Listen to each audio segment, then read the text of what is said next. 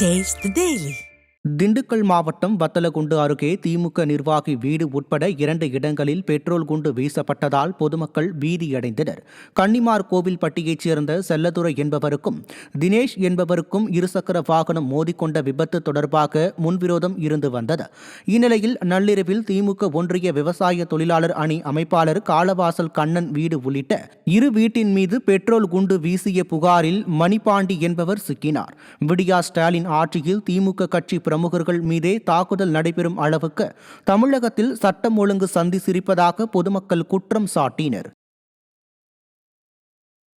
சென்னை மெரினா கடற்கரையில் மாற்றுத்திறனாளிகளுக்காக அமைக்கப்பட்ட மரப்பாதை சேதமடைந்து மிகவும் மோசமான நிலையில் இருப்பதாக பொதுமக்கள் குற்றம் சாட்டியுள்ளனர். மெரினா கடற்கரையில் மாற்றுத்திறனாளிகள் கடற்கரையை கண்டு ரசிப்பதற்காக 1 கோடி ரூபாய் செலவில் மரப்பாதை அமைக்கப்பட்டது. இதை மாநகராட்சி நிர்வாகம் முறையாக பராமரிக்காததால் இந்த மரப்பாதை சேதமடைந்து மாற்றுத்திறனாளிகள் செல்ல முடியாத அளவிற்கு மிகவும் மோசமான நிலையிலும் சுகாதாரமற்றும் உள்ளதாக பொதுமக்கள் குற்றம் சாட்டியுள்ளனர்.